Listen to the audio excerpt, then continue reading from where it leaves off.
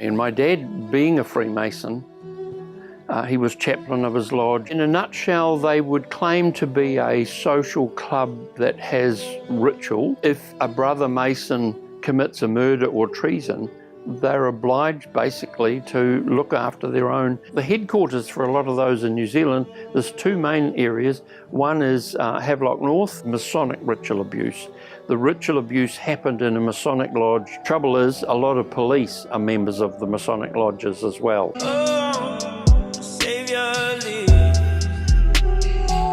Well, I'm Selwyn Stevens. I am from New Zealand, from Otago in the South Island, but now living in Manawatu in the North Island. And I'm the author of, well, I stopped counting at 35 books on different range of issues, and now the top 25 of them are now on Amazon globally, so that's quite exciting, really. Well, this is our top seller, Unmasking Freemasonry, Removing the Hoodwink. I put this together in request from a series of meetings that I was doing in a Baptist church in New Zealand, and he wanted me to cover some other spiritual deceptions as well, like the Mormons, JWs, and spiritualism. And people wanted my notes, and so they grew into a book. This has gone through 7 editions and has a foreword from a good friend who's passed away now, Dr. C. Peter Wagner from Colorado, who was Professor of Church Growth at Fuller Theological Seminary. So he had me speak at one of their conferences with 2,500 people, and I led them through the prayer renouncing Freemasonry so that they could be set free. For me, the issue really was seeing families, including my own, with what I would regard as Masonic curses operating. And I just decided I needed to study this in order to work out what needed to be done. And that was mostly during the 1980s. And I remember taking my dad with a group of people to Dunedin one time, to the town hall where Dr. Derek Prince was teaching, and he's probably one of my favourite Bible teachers of all time. And he talked about the 5 principalities that controlled Dunedin, which is our 5th biggest city now. It used to be just about number 1.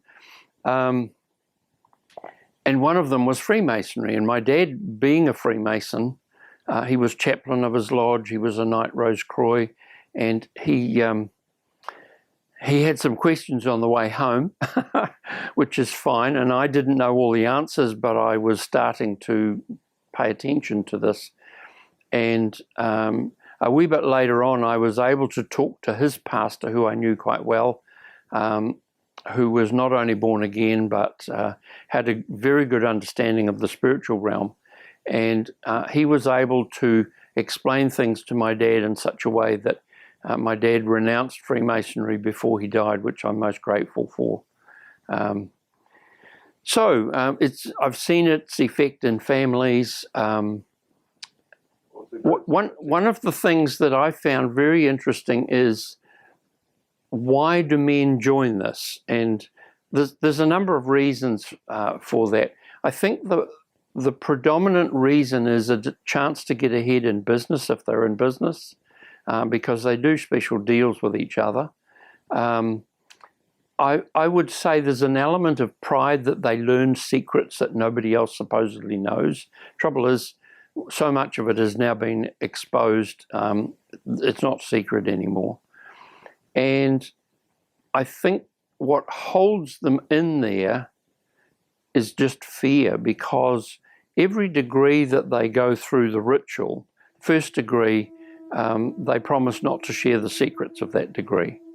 And so they go through a little ritual where they actually make a sign of cutting their own throat from ear to ear to say, that can happen to me if I share the secrets in this degree. Second degree is to have your heart ripped out. Third degree is to cut your stomach out. and we call that nowadays a colostomy. So we've actually found, and through some very good friends of mine who had done some research on this, that a lot of health issues in families are to do with the part of the degree that their father or grandfather was in the lodge.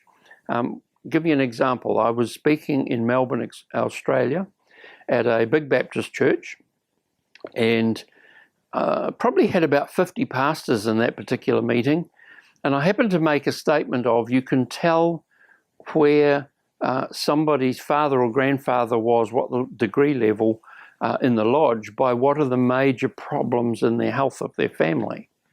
And I had the pastor who was hosting me challenged me on that on the way home, and I said, well, you do your own research on it, but that's what I found. Well, over 6 months later, he rang me quite out of the blue, and he reminded me of my comment, and I said, so what did you find? And he said, my wife and I are actually professional counsellors. We each see 8 people a day, 5 days a week for counselling. He was the staff counsellor for the church. And so he said, we designed a questionnaire depending on what people came. Now, to understand, that's a church that's so big, they broadcast their service live on 2 radio stations at the time anyway. I don't know if they still do. And so therefore you don't do ministry in a church that's going to air.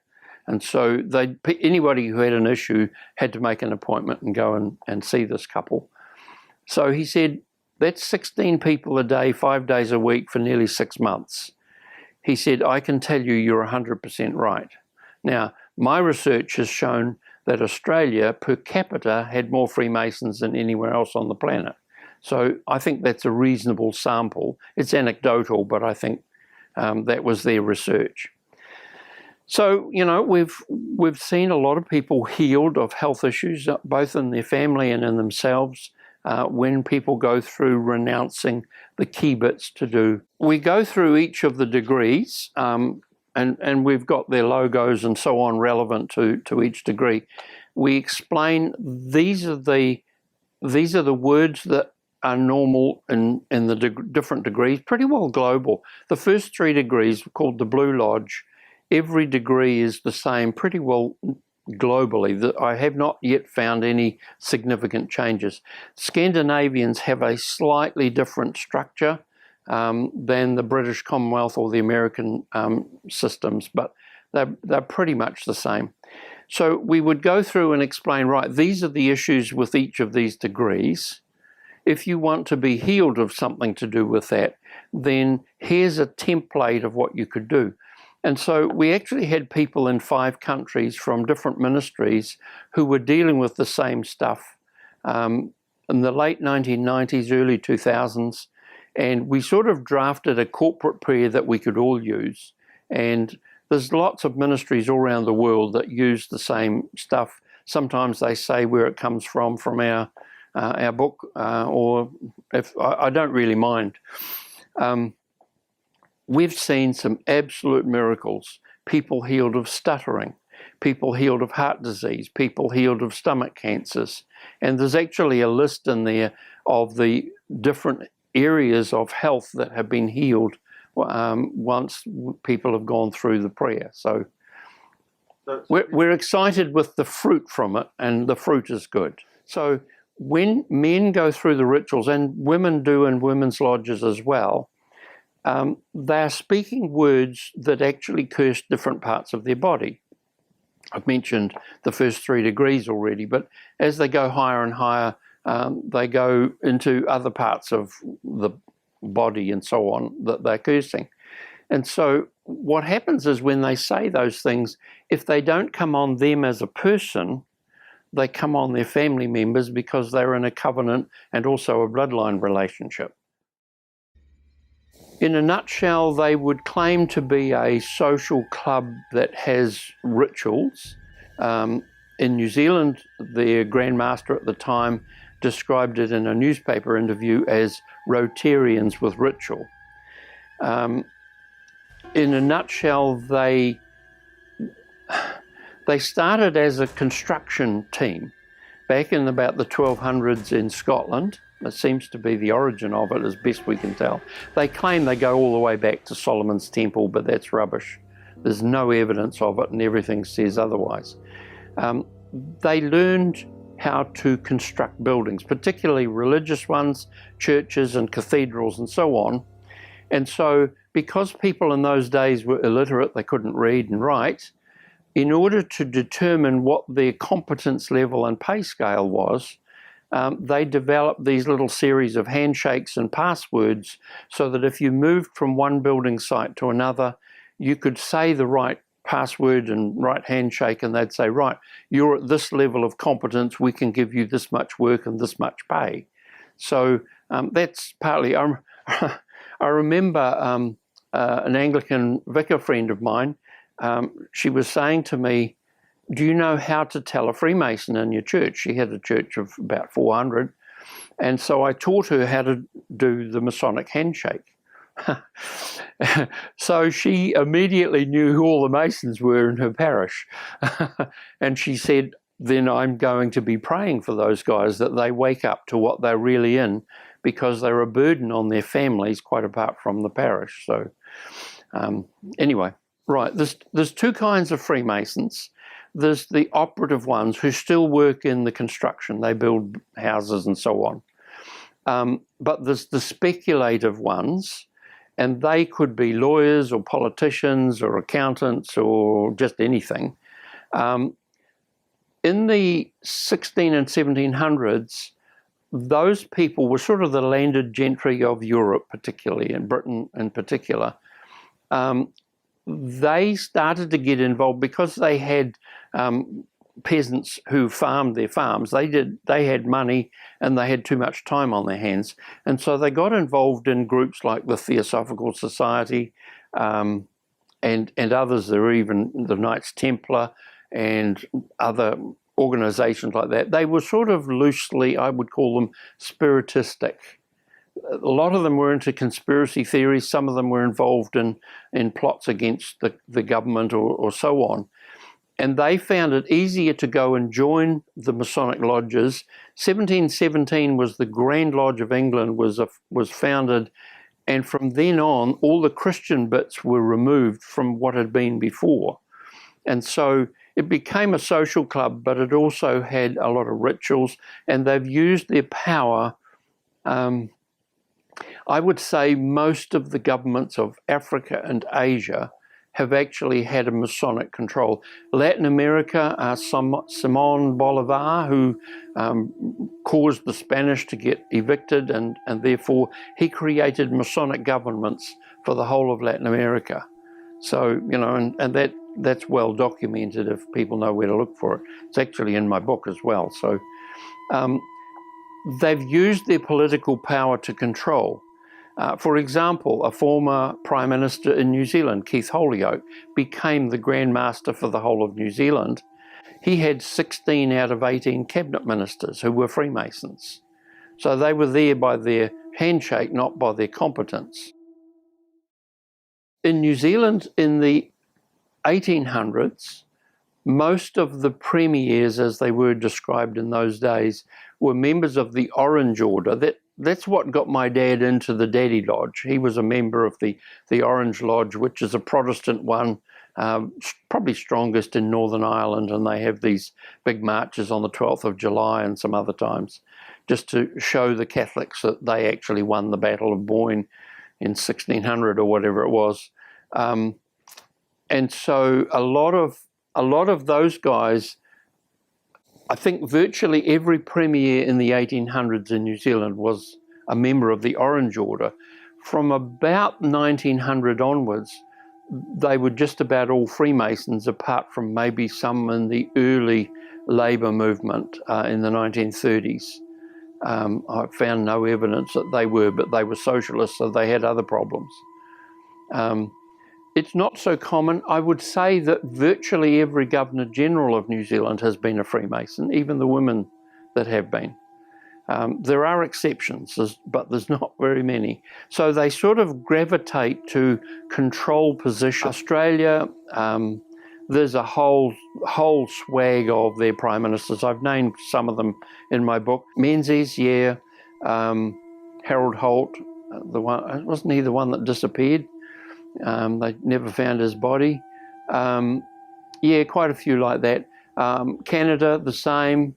The US, not all presidents are, but the majority, I think, would be.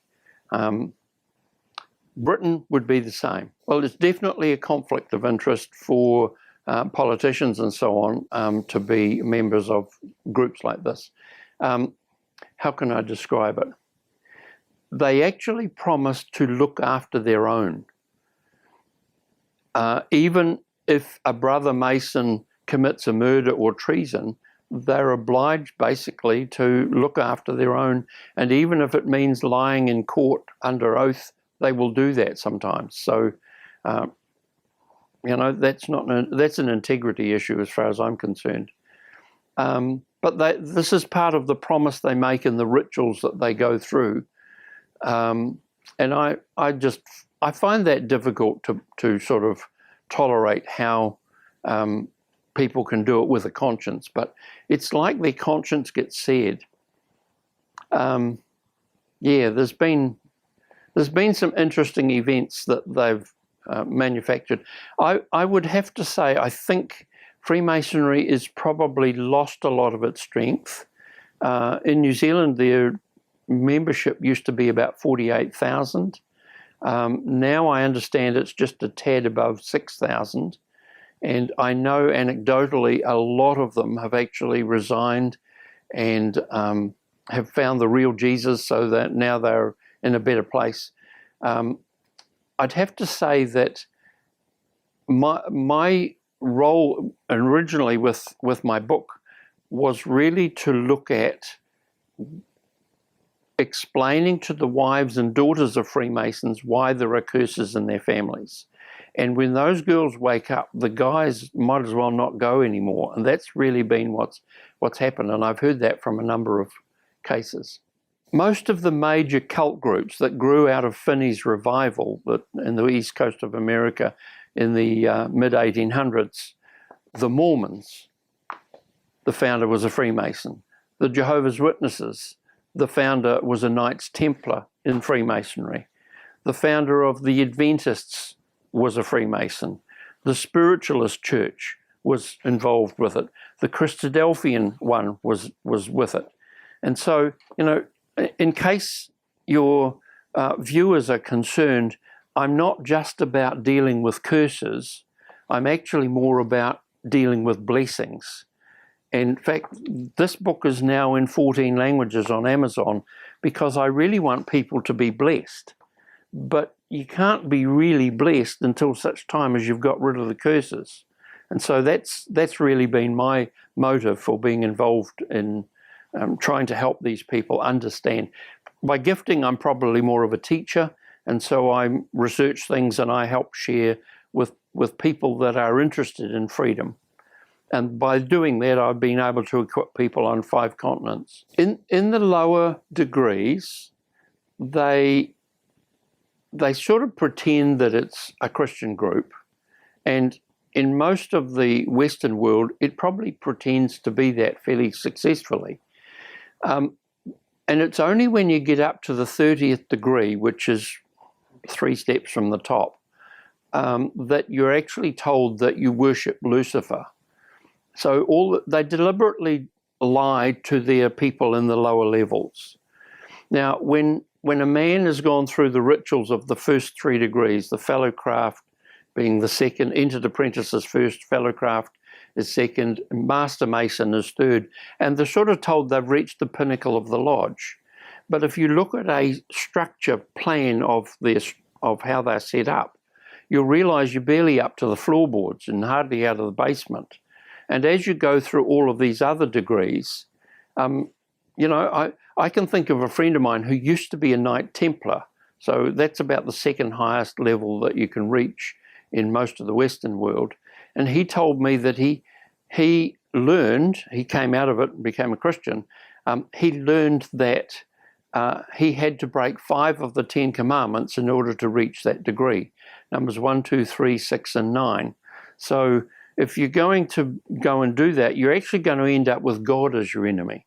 Now, I've mentioned about the different degree rituals that bring a curse that the men speak. And so when it comes to ministry, we really need to go through those and explain, okay, this is what we need to cover. Because of the political control that their top people are involved in, they really have controlled a lot of countries. I mean, I was asked to go to Africa to speak about this because every British regiment in the 1800s and so on had a Masonic lodge inside it. Bottom line is, wherever the British military went, and they controlled a quarter of the world at one stage, including in New Zealand. It was Masonic infiltration here through in the 1837-8 onwards, and by 1840 they had Masonic lodges here, and most of the military campaigns by the British military here were held, their campaign meetings to plan what they were doing were held in Masonic lodges. And so this is why a lot of Maori have nothing to do with the lodge, because they know there's a connection. And basically we had a coup where the British Masonic Empire, I'll call it what it really was, and as somebody who's got a qualification from, or an honour from the Queen, I can say that I found it very difficult to say the whole British Empire basically was a Masonic empire. And so there's lodges now in India and Singapore and all around Africa and so on. Wherever they controlled it to that level. Bottom line is, this has actually caused a lot of people to start looking seriously at the political machinations that they've been involved in. Now, some people say, oh, well, it's a bit like Rotary or the Lions Club or whatever. Well, both of those groups were started by Freemasons. And the Scouts, yes, Baden-Powell was a very prominent Freemason. You can tell that from his tombstone, but you won't know it if you don't know what the symbol is with the point within a circle, which is on his tombstone along with the Scouting one. I was in a cemetery, would you believe it, in Canada, in the city of Hamilton there, and the whole cemetery is laid out like a Masonic lodge. And you had to be a Freemason or a member of the Eastern Star, which is the women's lodge in North America, in order to have family buried in that place. And it had the table and the chairs and everything, the whole thing. The New Zealand Parliament is set up like a Masonic lodge, the debating chamber. Totally the same. The beehive is a Masonic symbol, and it's also the symbol of Utah, and that's because Joseph Smith Jr. Got involved in the lodge, and when he was about to be gunned down because he'd been put in prison, he wasn't martyred, because martyrs don't shoot back. He killed 2 and wounded a 3rd when he was trying to escape from jail, and he was there because he was jailed for burning down a newspaper office that exposed some corruption that he was in. But while he was about to be gunned down, he was giving the Masonic hailing sign of distress to tell the others, but because he had shared the Masonic secrets, they enacted what was common in North America at the time. You reveal the secrets and we'll kill you because you made an oath to do, for us to do that. So, you know, the founder of the Jehovah's Witnesses has a Knights Templar pyramid over his tomb. It tells us exactly what they've got, complete with the logo on it and so on. So this is, if you know what you're looking for, you can see them in a lot of places. The phallic symbol for war memorials, those are Masonic obelisks. The Washington Monument is one of the biggest in the world.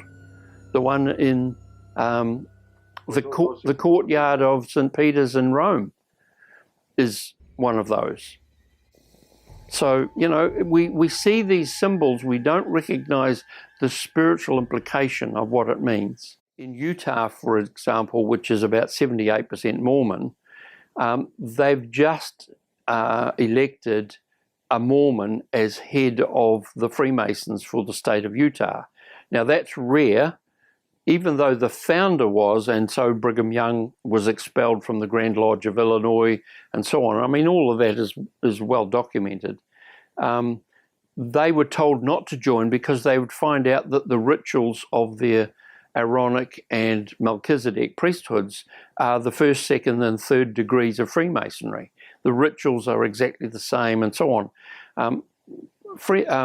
Mormons, for example, wear sacred underwear. They've got a square and a compass on each breast. That comes out of Freemasonry. And I remember somebody saying on a radio interview about this, and the Mormons said, well, the Freemasons got it off us. No, it was the other way around. And that's now well established because of the dates of the founding.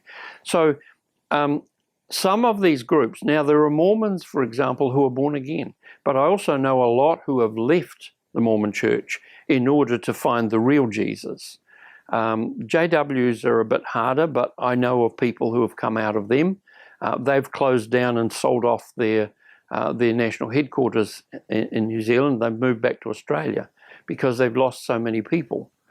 The city that I used to live in, there used to be 6 Masonic lodges. Now they're down to 1 because they really are shrinking.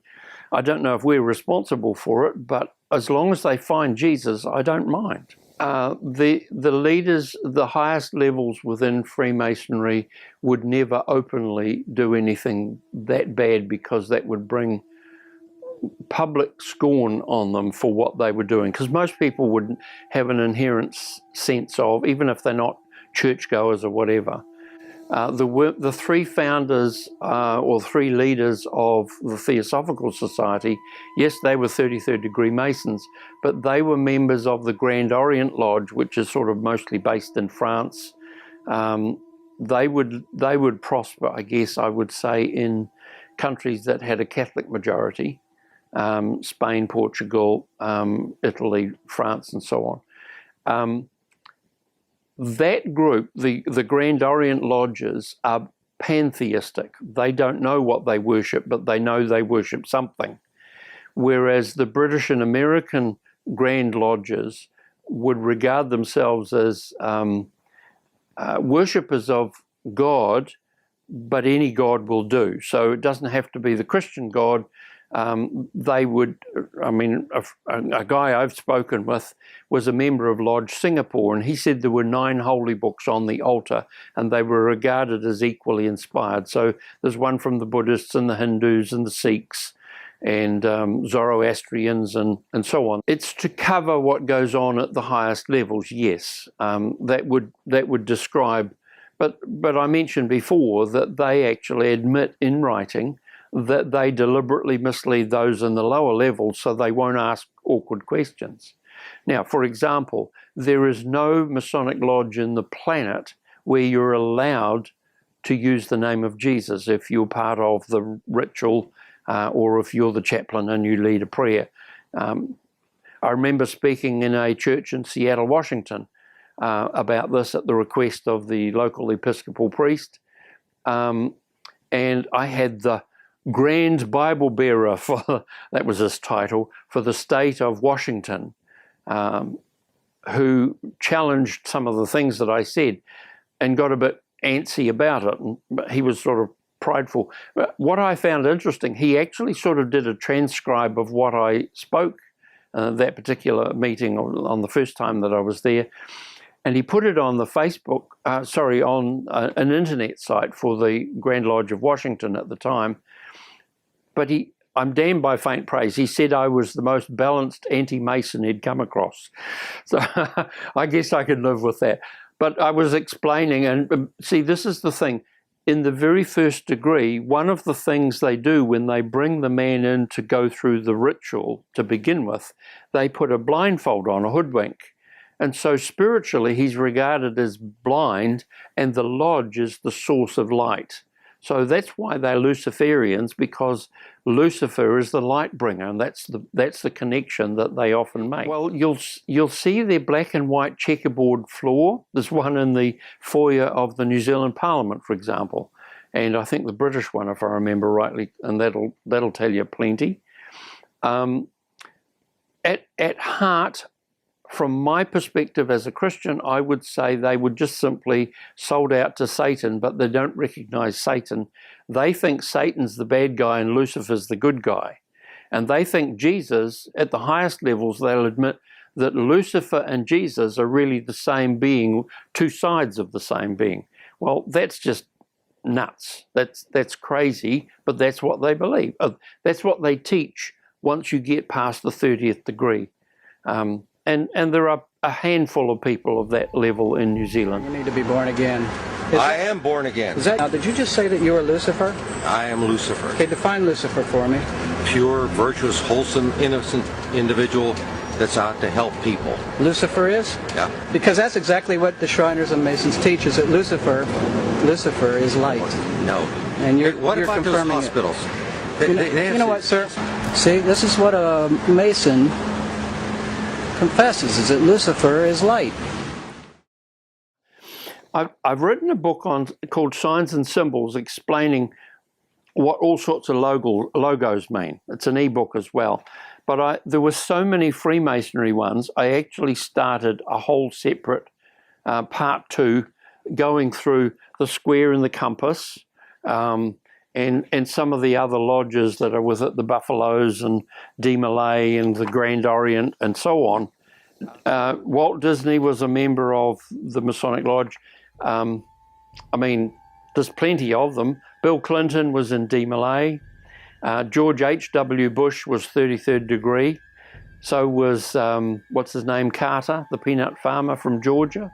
He said he was thrice born, which means he was born again and born again again, because he was in the 33rd degree, so he's fully illuminated. And he's 99 now, so he's about to meet Jesus, and Jesus will have to tell him, I'm sorry, but what you did in the lodge was not what I want.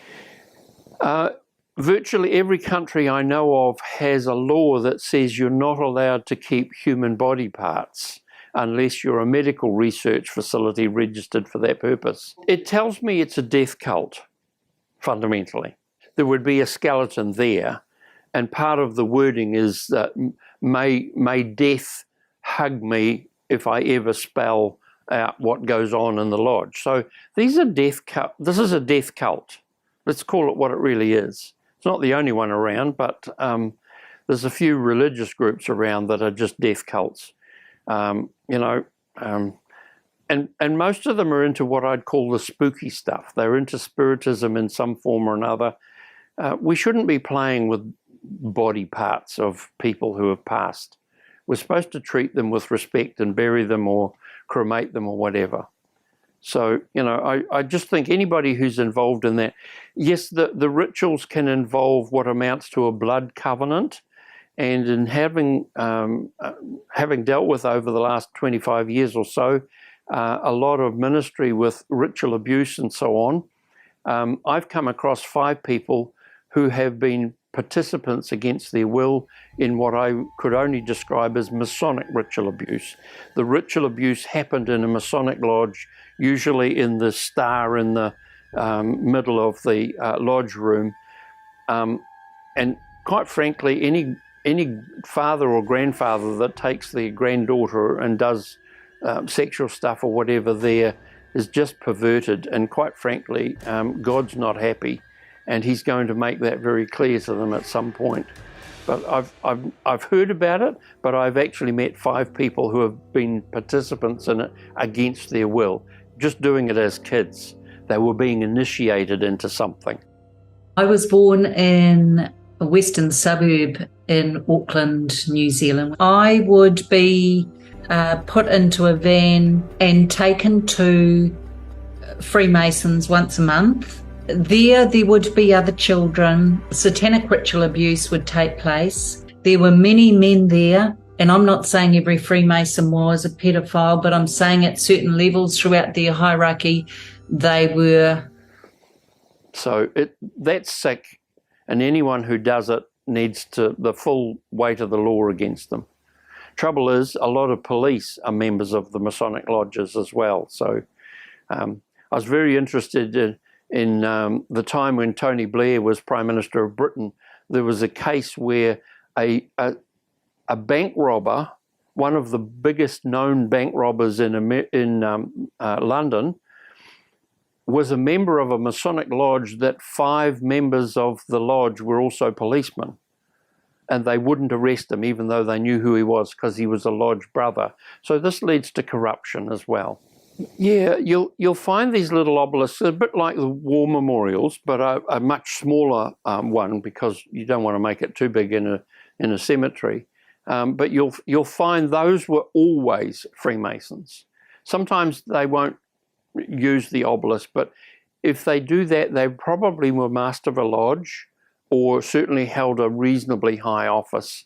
A lot of the lower ones probably wouldn't go to that. It's not done so much nowadays. They just have a piece of marble and it's just a slab with some writing on it. But historically, you can tell a lot of those, and usually they would try and be in the highest place. If the cemetery had a bit of a ground slope, they would try and be put into the highest place as sovereign over the cemetery. Shriners is unique to North America. You'll find some in Canada, mostly it's American. In part of their ritual, they claim that Allah is the God of their fathers. They're actually secret Muslims. You have to be a 32nd degree Mason in America to join it. The American lodge system is a bit unique compared to the British and the British Commonwealth. In America, they have 3 main groups. There's the northern jurisdiction, which is in 15 states, the sort of original states of the US as it was forming. The southern one covers the rest of the states, and they have Prince Hall, which is for people who are African Americans, because they really weren't encouraged to join, but the original Freemasons were mostly fairly racist. The Ku Klux Klan founder was one of the senior Freemasons, Albert Pike. I've seen Pike's Peak in Colorado more than once, and he was a dedicated Freemason, wrote a lot of their rituals, which were very occultic. The national Masonic headquarters in Washington, D.C., it looks like it's come straight out of ancient Egypt, complete with the lion sphinxes and all that sort of stuff. I've been through the Masonic temple in Indianapolis. I mean, it's 6 stories. I think it's the 3rd floor, I'm open to correction on that. They've got a ballroom. You can have 2,000 people dancing in one room. That's how big the place was. And it's really controlled America. It's controlled Canada. It's certainly controlled Britain, Australia, New Zealand, and so on, through their membership and just the subterfuge of how they've organized themselves. What I'm pleased to say is that so many of them have come out and they've found Jesus, and they've got their lives sorted spiritually, or they're underway to do that. There's a number of other organizations that have a sort of a Masonic connection. I mentioned before about how the landed gentry and so on, the aristocracy, almost took over Freemasonry because of their involvement with groups like the Theosophical Society. Golden Dawn is one of those. There's a number of other ones. I would see those as just simply occult groups. Probably think they're doing good things. They're after spiritual knowledge. People are looking for a spiritual experience, and they get involved in the Spiritualist Church and Golden Dawn and some of these other groups. They're replete around. In fact, the headquarters for a lot of those in New Zealand, there's 2 main areas. One is Havelock North, and the other would be Paikakariki. And you'll find several occultic organizations, their national headquarters are in Paikakariki on the Kapiti Coast, for those who are aware of the geography. So, but a lot of these have a sort of a cross-pollination with Freemasonry. They're not Masonic in and of themselves, but they've borrowed bits from each other. Aleister Crowley, who founded the Church of Satan with Anton LaVey, they were occultists. Well, in New Zealand, it's been my privilege to to teach from Invercargill to Kerikeri in about 50 towns and cities. It's just, I respond usually to invitations. I've spoken in 4 states in Australia, in 4 provinces in Canada. I've lost track in America. I think it's over 20 states. Taught in Africa and India and so on. So, but a lot of my teaching is in book form, and now it's on downloadable video from our website, which is jubileeresources.org. And people around the world are finding stuff. People are downloading books in Polish and Ukrainian and all these other languages that we've been working on, just because it's time to use the technology. If I can't travel because of lockdowns and stuff, then we're going to get the message out one way or the other. So the spiritual realm is real, but the occultic realm, which is the negative, the bad side, the things that God doesn't want us dabbling in, seances and all that sort of stuff. Maori tohunga are very good at cursing. One of the national heads of our education department wrote a very interesting book about this called The Maori School of Learning. I'll think of his name in a minute. I've mentioned it in my book. And he talked about the 3 lessons that tohunga had to learn in order to be a tohunga. They usually were a Timothy to a Paul, if you like. They were learning under one. They had to be able to split a tree trunk or a rock with just words. Now that's power. The second lesson was to kill a bird as it flew by, just by cursing it. And the third one is that you had to kill someone. And they often were encouraged to try to kill their tutor because that gave them mana or prestige, if you like. And I know of cases where a tribe has, something's happened and they've needed to go and collect shellfish while the tide's down, but the tide's coming in and they haven't got enough for their families. And so the tohunga will hold the speak a curse over the waves to keep it out until they've gathered the food. Now, I've heard cases of that in New Zealand. So the tohunga is just a witch doctor, if you like, a shaman. And that needs to be repented of by those who have had training in that before they can really adequately come to Jesus and be free of the bondage that they brought on their people. There's a real renaissance in tohungaism, and that's the term they would use, up the Wanganui River, at the top end of it, for example, that I'm aware of.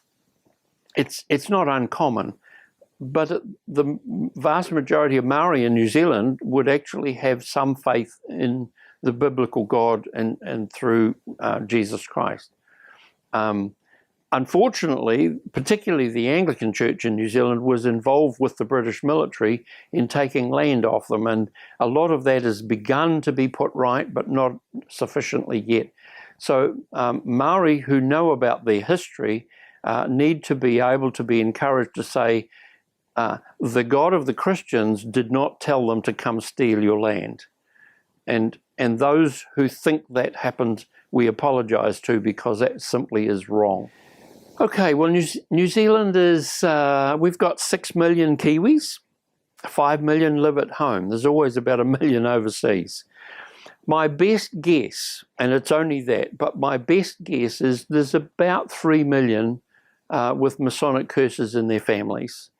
And so we're never going to be short of dealing with those on an individual basis. There's always going to be a queue saying, can you set me free? Here are the symptoms that I can see in my family. We've trained people up and down the country, so a lot of pastors and other parts of prayer teams in different churches. Bill Sabritsky, probably our top evangelist, who's passed away now, but he used a lot of our material all around the world. And particularly to do with Freemasonry, introduced it to the Toronto Airport Fellowship amongst other places. So, he opened a lot of doors that I was able to go through afterwards. But the bottom line is, if your life isn't perfect, there's probably something that's causing the problem. Freemasonry may be an example. There can be other things going on in families. in which case, go get some help. Cut the Klingons off. That's the way I refer to demons. Words create curses, but they're empowered by the spiritual realm, which are the demonic realm. And so we just need to undo the curses and evict the demons. And a lot of mental illness is caused by demons. I think, and unforgiveness is a huge reason. I remember running this past a few psychiatrists that I've met over the years. If you really want to get people out of a psychiatric unit, get them to forgive people. And I reckon you would clean out nearly half of the population in those institutions. And the psychiatrists have told me that's actually about right too. So that's their experience. So there's no reason to carry on all these burdens and have a screwed up life and think, is this as good as it gets? No, you can be free. And it's the Lord Jesus, through the leading of the Holy Spirit, that can help set you free. Well, my message to Freemasons is very simple. We love you in the Lord, but we don't love the deception you're in because of the damage it's doing to you as well as your family. And I found the answer in Romans chapter 10, the first 4 verses. Let me just read these and let me adapt it just slightly. It says this: "Brethren, my heart's desire and prayer to God for you, for Freemasons, is that you may be saved. For I bear you witness that you have a zeal for God, but not according to knowledge. For you, being ignorant of God's righteousness, seek to establish your own righteousness, have not submitted to the righteousness of God. For Christ Jesus is the end of the law for righteousness to everyone who believes." So the problem I see with Freemasons is they've established self-righteousness rather than relying on the righteousness of Jesus to get them safely into God's kingdom. So I don't want you to go to hell, but Jesus spoke more about hell than anybody else in the Bible. And so it's a real place. So my heart's desire is just find the real Jesus, and you can't do it if you're submitted to the Masonic Lodge or these other groups that I've talked about. You just need to find the real Jesus. And you'll find some people, because God's got a remnant everywhere. And I would pray that you would find that truth, that you would not stay in deception anymore. Let me say what my friend said. Deceive people don't know they deceive people. That's the nature of deception. And this is not an area of ministry I would have ever chosen for myself. But I can tell you that coming to the real Jesus, letting the Holy Spirit not just be resident, but being president of your life. So you give him the steering wheel of your life in order to get free. And you will come and spend eternity together. And you can come and talk to me about it when we reach that place. But there is a heaven and there is a hell. And, people say there's more than 2 genders. Well, no, there's only 2. But eternity is only 2 choices. So will that be smoking or non-smoking? You need to make a choice.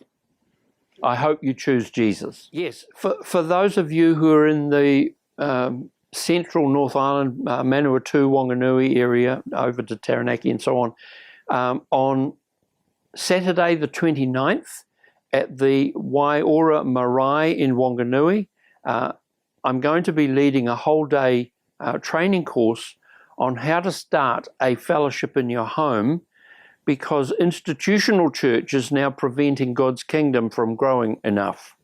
And so they've asked me to come and do that, so we're going to be doing that. The details are on our website, jubileeresources.org.